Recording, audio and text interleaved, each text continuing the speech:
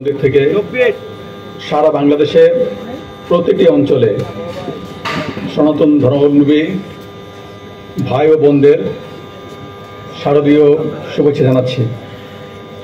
আশা করছি 31,000-এর অধিক 31,500 সংখ্যাটা কম বেশি হতে পারে।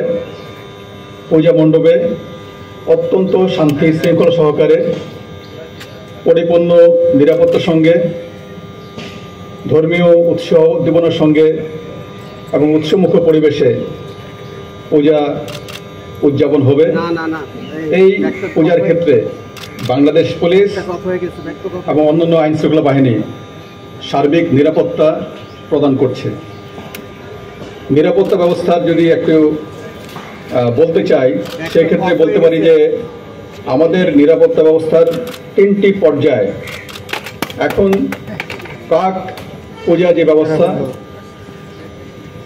পূজার আগে সেই ব্যবস্থার ক্ষেত্রে আমরা প্রতিটি জায়গায় টহল বাড়িয়েছি।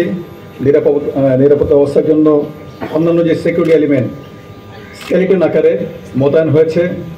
গুরুত্বপূর্ণ পূজা মণ্ডপগুলিতে ইতিমধ্যে আনসার ভিডিপি মোতায়েন হয়েছে এবং আগামীকাল থেকে বোধন এবং ষষ্ঠী পূজা থেকে সকল পূজা মণ্ডপে আনসার ভিডিপি মোতায়েন হবে।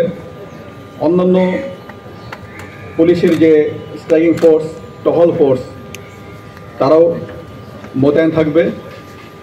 এবং আপনারা জানেন যে আইন শৃঙ্খলার জন্য এখন সশস্ত্র বাহিনী প্রত্যেকটি জেলায় প্রত্যেকটি অঞ্চলে মোতায়েন আছে, তারাও কিন্তু পূজার ডিউটি পালন করবে।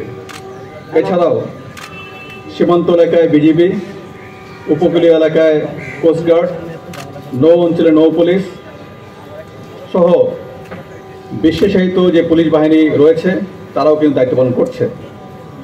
আমরা যে কোনো জায়গায়, যে কোনো পূজা মণ্ডপে যদি কেউ শান্তি শৃঙ্খলা বিঘ্ন ঘটায়, যদি কেউ অপতৎপর চালায়, সেই ক্ষেত্রে তাৎক্ষণিক দ্রুত ব্যবস্থা নেওয়া হবে।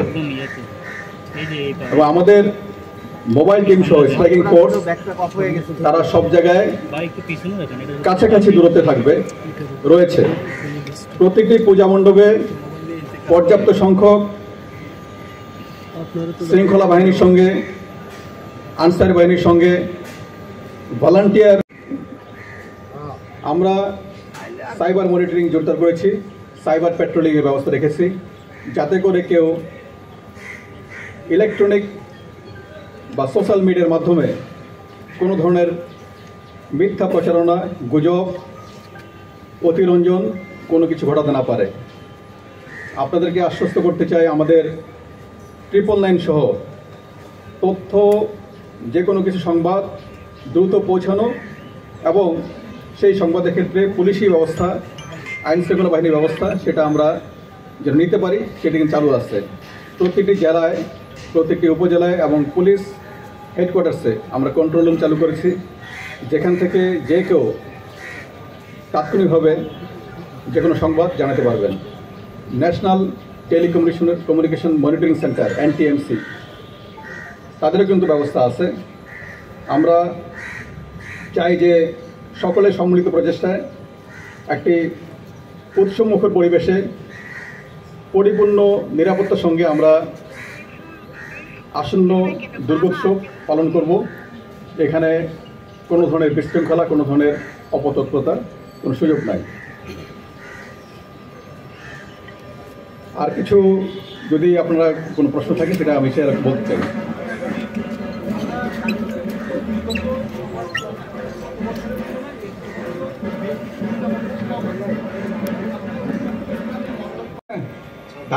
ঢাকায় যে পূজা মণ্ডপ ছিল, সেখানে যা ছিল আগে তার থেকে 6টি পূজা মণ্ডপ বৃদ্ধি পেয়েছে। সুতরাং এটা এই কমা বাড়ার সঙ্গে অন্য কোনো কিছু জড়িত না। সিসি ক্যামেরার কথা যেটা বলেছেন, আমরা সকলকে অনুরোধ করেছি যে প্রতিটি পূজা মণ্ডপে সিসি ক্যামেরা, IP ক্যামেরা থাকলে নজরদারি করা সম্ভব হয় আর ভালো হয়। অনেকেই, বিশেষ করে গুরুত্বপূর্ণ যে পূজা মণ্ডপগুলি আছে, যেগুলি একটু আমাদের মনে হয় যে ঝুঁকি তৈরি হতে পারে, সেই সব জায়গায় পূজা মণ্ডপে সিসি ক্যামেরা আছে, ব্যবস্থা রাখা হয়েছে। শুধুমাত্র একেবারে প্রত্যন্ত এলাকায় অনেক জায়গায় সামর্থ্যের কারণে বা এটার সহজলভ্য না, সেই কারণে এই টেকনোলজি কিন্তু করা যায় নাই, সব জায়গায় সম্ভব হয় নাই। কিন্তু এটা নিয়ে কোনো শঙ্কার কিছু নাই। ওখানে আমাদের যে যারা ভলান্টিয়ার এবং যারা পূজা মণ্ডপে, কিন্তু প্রতিটা জায়গায় আপনারা জানেন প্রতিটা পূজা মণ্ডপে আনসার ভিডিপি সদস্য থাকবে। আর প্রতিটা পূজা মণ্ডপে এই যে একটি সাধারণ পূজা মণ্ডপ, এই যে আমাদের হিসাবে যেটি 32,000 ছিল, কিছু কম বেশি হতে পারে, প্রতিটি পূজা মণ্ডপে পর্যাপ্ত সংখ্যক আনসার ভিডিপি সদস্য 24 আওয়ার্স তারা ডিউটি করবে। বাহিনীর সদস্য মানে একটা বাহিনী, সেখানে 187 জন যে কোনো সময়ে যারা বিভিন্ন কারণে গরহাজির হতে পারে, নাম্বার 1। নাম্বার 2 হচ্ছে যারা গরহাজির সদস্য ইতিমধ্যে তাদেরকে তাদের যে ডিপার্টমেন্টের অ্যাকশন সেটা কিন্তু শুরু হয়েছে, তাদেরকে কৈফিয়ত তলব করা হয়েছে, তারা কেন গরহাজির, তাদেরকে হাজিরের জন্য নোটিশ করা হয়েছে, এবং তারা যদি না আসে আমাদের ব্যবস্থা ক্লিয়ার, তাদেরকে চাকরিতে রাখার কোনো সুযোগ নাই।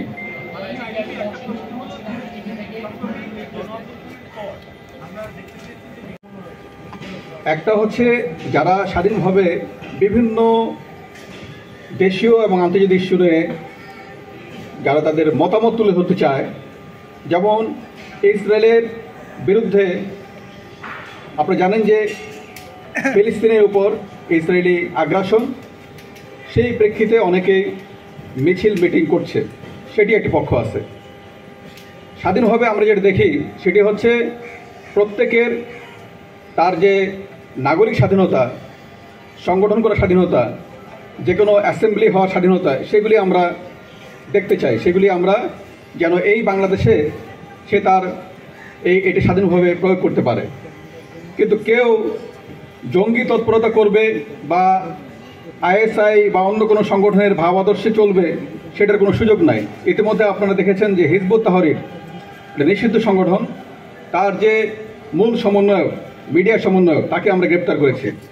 আমরা তথাকথিত পতাকা নিয়ে যারা হঠাৎ করে ঝটিকা মিছিল করেছে, সেই ধরনের 3 জনকে আমরা অ্যারেস্ট করেছি গত 2 দিন আগে। সুতরাং এই ধরনের কোনো সুযোগ নাই যে জঙ্গি তৎপরতা করবে। যারা নিষিদ্ধ সংগঠন তাদেরকে আমাদের যে তৎপরতা সেটা কিন্তু অব্যাহত আছে। জামিন, এদের মধ্যে আমরা হিসাব করে দেখেছি যে যেসব জঙ্গির কথা বলা হচ্ছে এবং যারা জামিনের কথা বলা হচ্ছে, জঙ্গি এবং সন্ত্রাসী, এই জঙ্গি এবং সন্ত্রাসীদের জামিন কার্যক্রমটা অনেক আগে, বিগত সরকারের সময়ে তারা কোনো কারণে তখন বের হতে পারে নাই, বের হয় নাই। আর যারা বের হয়েছে তাদের কিন্তু তাদের উপর আমাদের নজরদারি সেটি কিন্তু অব্যাহত আছে। কেউ যদি আবারও কোনো সন্ত্রাসী কার্যকলাপ জড়িত হয়ে পড়ে, কেউ যদি জঙ্গি কার্যক্রমে জড়িত হয়, সেই ক্ষেত্রে তাদেরকে বিহাইন্ড দ্য বার্স থাকতে হবে, তাদেরকে বাইরে আসার সুযোগ নাই। সময় ঝুঁকিটা পর্যালোচনা করি এবং ঝুঁকির ক্ষেত্রে আমরা দেখেছি যে সেই ধরনের কোনো শঙ্কা, নিরাপত্তা শঙ্কা, এটা আমাদের কাছে কোনো ডেফিনেট কোনো কিছু নাই। তারপরেও আমরা সতর্ক থাকতে চাই যেন কেউ ফায়দা লুটতে না পারে, সে কারণে সতর্কতা।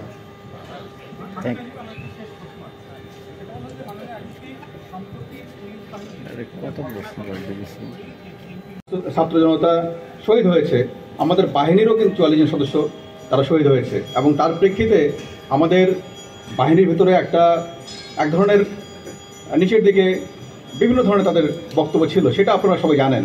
তার প্রেক্ষিতে রাজারবাগেও অনেক ধরনের এক ধরনের সিচুয়েশন তৈরি হয়েছিল। আমরা সেই জায়গা থেকে তাদের হৃত মনোবল, হারানো মনোবল, সেটা ফিরিয়ে আনার জন্য যে কার্যক্রম সেগুলি কিন্তু চলমান আছে, এবং ইতিমধ্যে সবাই কাজ করছে সব জায়গায়।